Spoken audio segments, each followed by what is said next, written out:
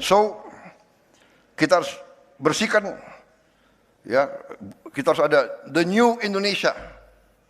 The new Indonesia harus tidak boleh ada korupsi.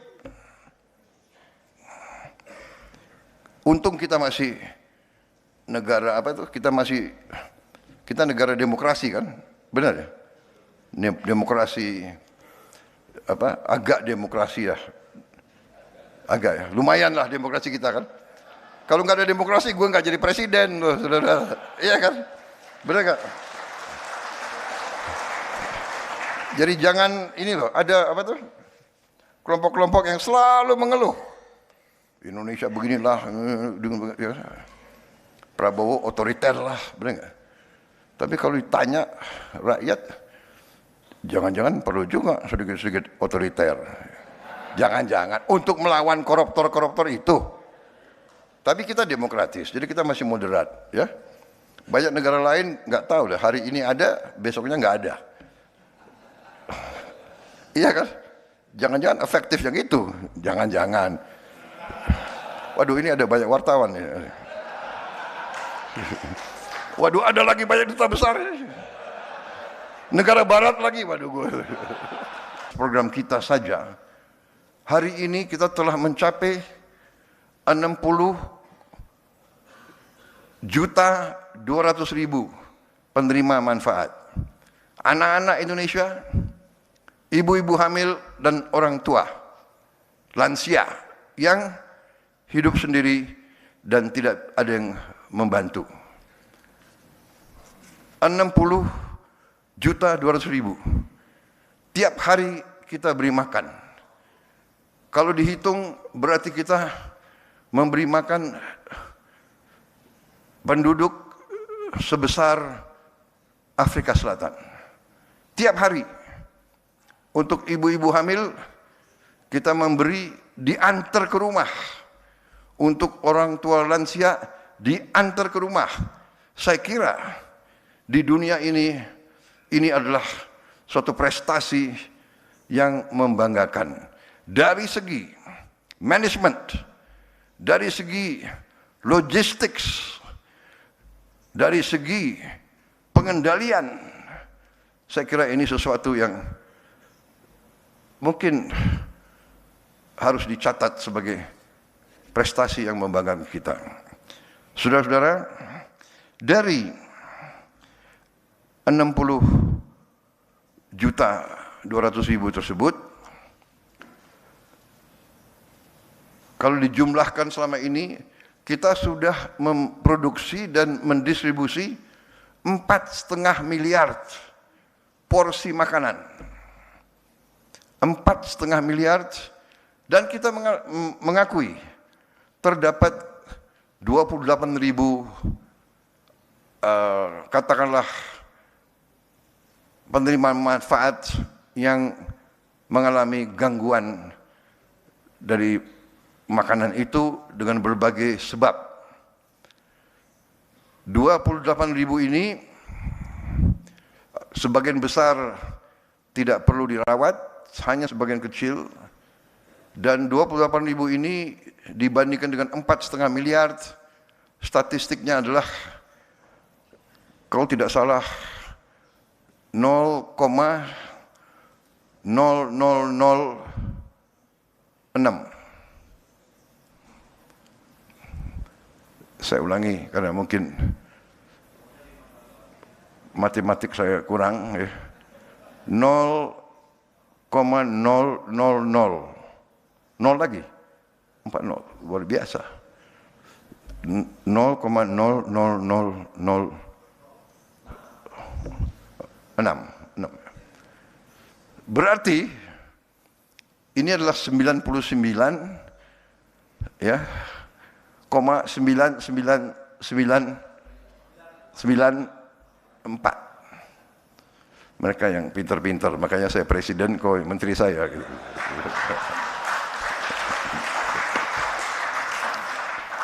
Yang pintar mereka, jadi kalau nggak pintar nggak duduk di situ mereka. Berarti kalau in reality ini harus dikatakan suatu usaha yang berhasil. Iya kan? Kita ingin zero error. Itu harus kita capai. Tadi pagi saya baru resmikan SPPG polisi. Nanti begitu selesai jumlahnya akan lebih dari 1.100. Saya lihat dan saya kagum dengan kualitasnya. Dan saya percaya, saya dapat laporan dari Kepala BGN, di tempat-tempat lain juga sudah seperti itu.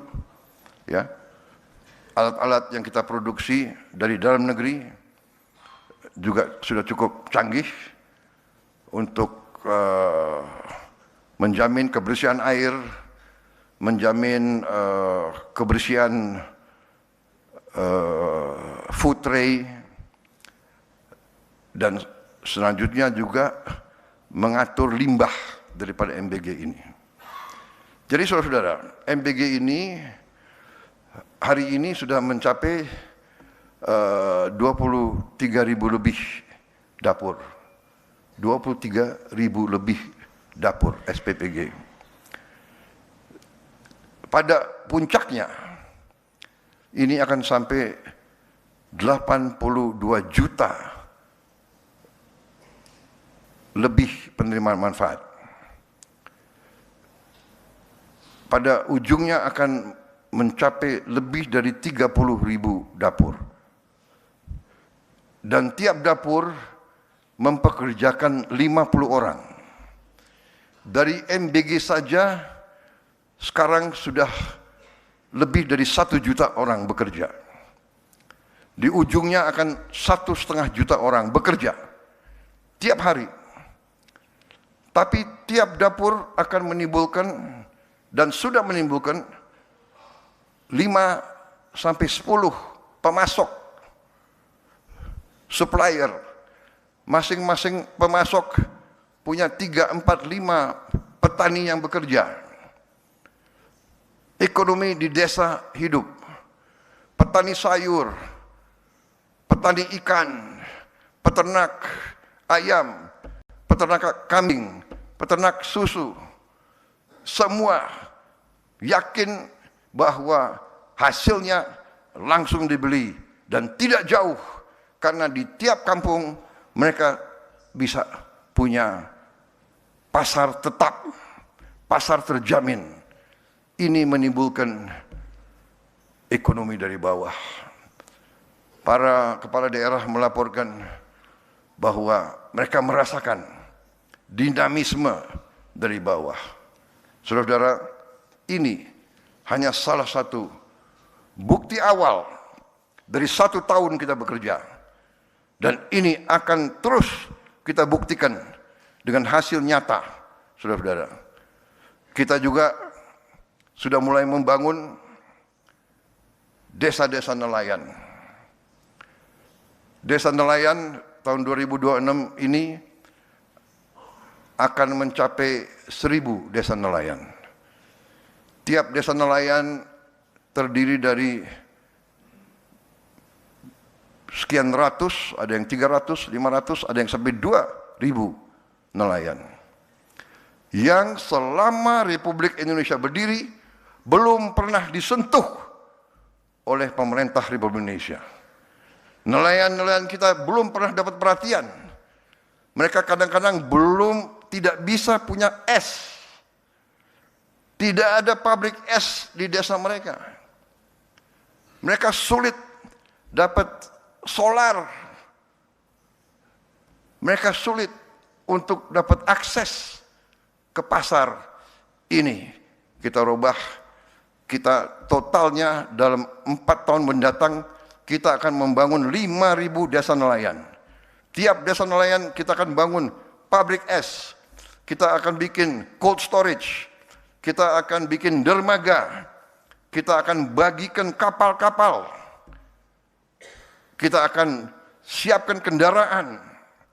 Saudara-saudara, dan ini semua bukan handout. Bukan kita bagi-bagi. Ini kita organisir dalam koperasi semua pengeluaran mereka akan bayar kembali ke bank-bank dan ke pemerintah. Saudara-saudara, ekonomi yang kita jalankan bukan ekonomi handout. Yang kita akan bangun ini semua sudah ada dalam anggaran kita sudah bertahun-tahun. Jadi saudara-saudara, nanti desa-desa itu kita beri kebebasan, kalau dia mampu, kita akan permudah akses kepada ekspor. Dia bisa ekspor langsung. Kita akan buka pelabuhan-pelabuhan, lapangan-lapangan terbang boleh ekspor langsung. Saudara-saudara, kita akan permudah regulasi supaya mereka bisa menumbuhkan kegiatan ekonomi yang mendasar. Dan mereka akan menghasilkan protein dalam kondisi yang tidak terlalu mahal untuk seluruh rakyat Indonesia. Demikian juga, saudara-saudara, ini sudah hampir 100 sudah jadi di berbagai titik, dan target kita 2026 ini akan sampai 1000, dan selanjutnya total sampai 2029 target kita adalah 5.000 desa nelayan yang nanti mereka akan kembalikan investasi itu, tapi kita kasih kelonggaran mengembalikannya supaya tidak terlalu berat untuk mereka. Kita beri kelonggaran pengembaliannya bisa di atas 10 tahun, 11 sampai 12 tahun. Yang tidak ada masalah, karena para pengusaha-pengusaha besar juga kadang-kadang minta kredit juga belasan tahun. Itu pun sering minta restrukturisasi. Ya kan? Saya ini sudah lama jadi orang Indonesia dan saya pernah jadi pengusaha juga, ya.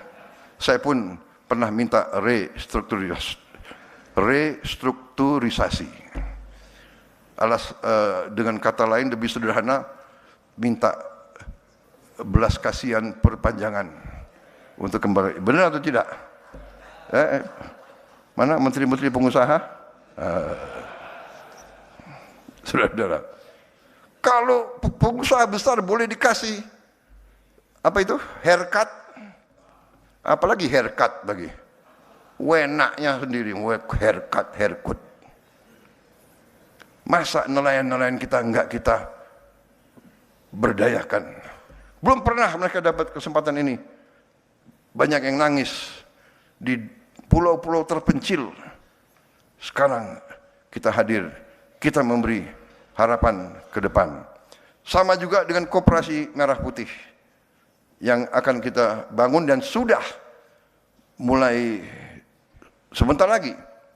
Kemungkinan saya dapat laporan mungkin dalam 1-2 bulan ini sudah akan beroperasi beberapa ratus koperasi. Yang koperasinya sudah hampir berdiri adalah 30.000 koperasi. 30.000 gudang. Tiap koperasi punya gudang, punya cold storage, punya gerai-gerai. Di situ akan ada farmasi desa murah. Obat generik akan sampai, akan ada klinik desa, akan ada gerai untuk super micro financing untuk membantu menghilangkan peran daripada rentenir. Kita akan beri bunga yang sangat mudah, sangat ringan untuk mereka-mereka. Semua barang subsidi akan punya akses, rakyat akan punya akses langsung, sehingga tidak ada penyelewengan, tidak ada kebocoran. Dan ini semua anggarannya dari mana? Anggarannya sudah ada. Karena 10 tahun kita sudah beri dana desa kepada desa-desa kita. 10 tahun sudah kita berikan. Dan Sekarang kita akan mengarahkan, selama ini 10 tahun kita harus akui banyak dana tersebut tidak sampai ke rakyat. Ini dibuktikan dengan banyak sekali kepala desa yang terpaksa berhadapan dengan hukum karena tidak dapat pertanggungjawabkan dengan baik penggunaan dana tersebut. Saudara-saudara sekalian, dari ini semua, saudara-saudara, kita akan buktikan bahwa pertumbuhan ekonomi kita real, nyata, dan akan di atas sasaran yang kita tetapkan. Saudara-saudara sekalian, kita juga buktikan bahwa kita sekarang sudah swasembada beras. Kita menuju swasembada pangan. Saudara-saudara, produksi beras kita tahun 2025 adalah 34,7 juta ton, naik 13% dari 2024. Sekarang cadangan beras di Bulog bulan Juli 2025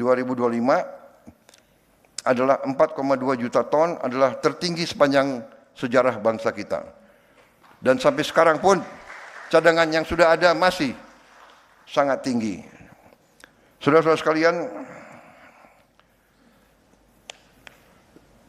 dalam kebijakan fiskal, saya sudah buktikan bahwa kita bisa melaksanakan efisiensi, penghematan yang sangat besar. Di tahun pertama pemerintahan kita telah menghemat uang dari anggaran kita sendiri sangat besar. 300 triliun lebih penghematan kita. Di akhir tahun 2025 pun kita lakukan dan kita melihat hasil dari penghematan tersebut. Uang inilah, uang penghematan inilah yang kita pakai untuk program MBG dan sebagainya. Uang yang pasti akan habis untuk hal-hal yang tidak produktif. Kita alihkan ke hal-hal yang produktif. Kita mengeluarkan semua yang bersifat tidak produktif, perjalanan luar negeri, seremoni-seremoni yang tidak perlu, rapat seminar, FGD, dan sebagainya. Kajian-kajian, analisa-analisa, sudah tidak perlu terlalu banyak kajian dan analisa. Kita sudah tahu masalahnya. Kekurangan infrastruktur, lakukan. Desa perlu jembatan, buat. Rakyat lapar, cari pangan. Nggak usah terlalu banyak analisa, ya. Ini kita sudah hemat sangat luar biasa. Di tahun pertama 308 triliun rupiah kita sudah hemat. Ini berapa miliar dolar nih? 308 T. Berapa? 18 miliar dolar. 18 miliar dolar. Dan kita bisa lakukan lebih besar lagi. Ya, kebocoran harus kita tutup. Harus kita kurangi. Saudara-saudara sekalian, saya masih melihat kebocoran-kebocoran besar, tapi saya terima kasih dan antara dalam 1 tahun Anda bekerja, mungkin kurang dari 1 tahun. Kita bentuk saudara baru Februari 2025. Februari ya. 3, 4, 5 bulan pendirian, belum 1 tahun. Tapi saudara sudah, saya dapat laporan sementara, ya, hasil daripada efisiensi saudara, reformasi saudara, sudah melahirkan hasil 4 kali lipat daripada tahun 2024. Ini luar biasa, tapi harus terus dikejar. Saya menuntut return on asset ya 7% lah. Kenapa senyum? Kepala Danantara bisa? Siap, kok siapnya kurang tegas itu ya? Siap gitu loh, siap. Wah itu Danantara siap. Tidak usah khawatir, ya. Saya ingat selalu apa yang dikatakan Bung Karno, gantungkanlah cita-citamu setinggi langit. Kalau kau tidak sampai, minimal kau jatuh di antara bintang-bintang. Kan begitu. Siap dulu. Ya. Kami dulu di pasukan khusus tentara, moto kami dulu, siapa berani menang. Berani dulu, ya kan? Patok 7%. Kau akan kaget, ya kan? Kalau kau patok 5% Pak, nanti 3%. Kau patok 7%, 8%, saya patok 8%. Sekarang saya tingkatkan. Harus bisa lebih dari 8%. Menteri-menteri bisa?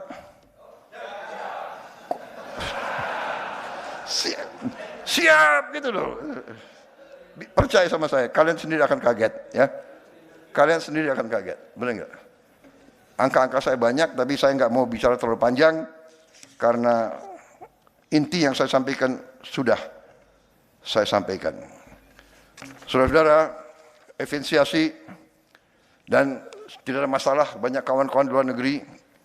Kita tidak perlu malu kalau kita punya kekurangan. Korupsi masih terlalu banyak. Kita harus habiskan korupsi dari bumi Indonesia. Ya.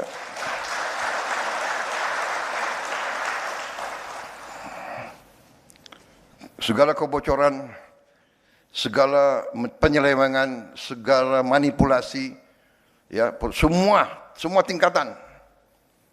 Saya kumpulkan pengusaha-pengusaha yang sebagian besar adalah kawan saya sendiri. Saya sampaikan, sudahlah, kalian sudah besar, sudah kaya, ya, patuhi peraturan. Kalian pinter-pinter, tapi di Indonesia ini orang pinter itu pinternya pinter mencari peluang mengatasi peraturan. Benar? Ini dari sekolah kita belajar, ya kan? Ini hilangkan budaya itu, ya. Tapi masalahnya pemerintah birokrasi juga harus benar. Kadang-kadang birokrasi yang tidak benar, iya kan? Ada yang sampaikan kepada saya bahwa Winston Churchill pernah mengatakan, I am more afraid of my bureaucrats than I'm afraid of Adolf Hitler. Katanya, but kita nggak tahu apa benar atau tidak dia mengatakan begitu. Tapi kira-kira semangatnya seperti itulah, ya. Ya, saya juga begitu. Mungkin dirubah deh, aku yang ngomong ya. I'm more afraid of my own bureaucrats than I'm afraid of siapalah, kuntilanak atau apa gitu.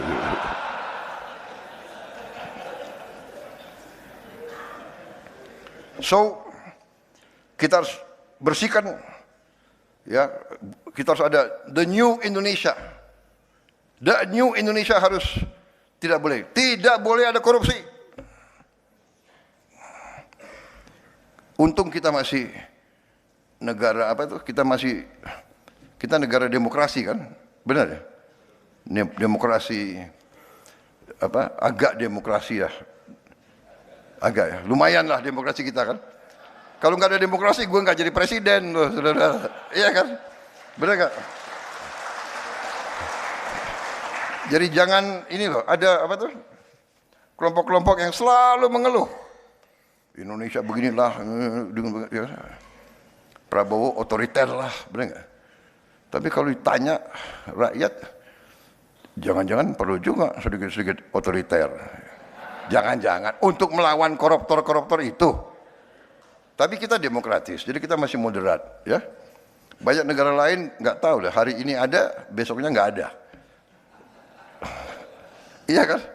Jangan-jangan efektif yang itu, jangan-jangan. Waduh, ini ada banyak wartawan ya. Waduh, ada lagi banyak duta besar. Negara barat lagi, waduh gue.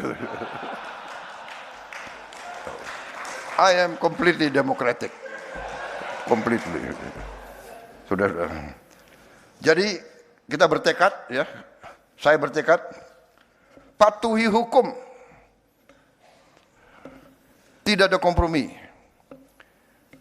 Kita harus tegakkan hukum dengan baik. Tapi tidak boleh ada miscarriage of justice. Tidak boleh hukum dipakai alat untuk mengerjain lawan politik. Tidak boleh. Dan saya tidak mau, dan saya sudah buktikan. Ya, saya buktikan, saya berani abolisi, saya berani amnesti. Kalau saya merasa ada sesuatu. Jadi pengadilan kita harus memberi keputusan yang adil, beyond a reasonable doubt. Keputusan itu harus beyond a reasonable doubt. Harus tidak boleh ada keraguan-raguan sedikit pun. Kalau ada kemungkinan bahwa terdakwa itu mungkin tidak bersalah, kita tidak boleh memberi putusan yang final kepada mereka itu. Dan saya sebagai pemegang mandat dari rakyat, saya bertanggung jawab. Saya ingin ada rule of law di Indonesia. Saya ingin ada kepastian hukum. Hanya dengan kepastian hukum kita bisa menjamin stabilitas dan ketenangan bagi rakyat kita. Rakyat kita harus merasa hidup dalam masyarakat di mana pemerintahnya bersih dan adil. Ini syarat dari keberhasilan suatu negara. Saya pelajari sejarah. Tidak ada negara berhasil tanpa pemerintah yang bersih dan adil. Dan saya bertekad dengan tim saya, kita membangun pemerintah yang bersih dan adil. Dan birokrat-birokrat yang tidak mau menyesuaikan, kita akan mengadakan regenerasi. Saya sudah siapkan institusi-institusi pendidikan. Tahun ini kita akan mulai membangun 10 universitas baru, 1 lembaga khusus untuk administrasi pemerintahan. Putra-putri Indonesia yang terbaik akan kita pilih, akan kita godok, kita siapkan untuk mengambil alih kepemimpinan semua lembaga yang baik. There is nobody that cannot be replaced. Saya perintahkan kepada Danantara, BP BUMN, Menpan RB,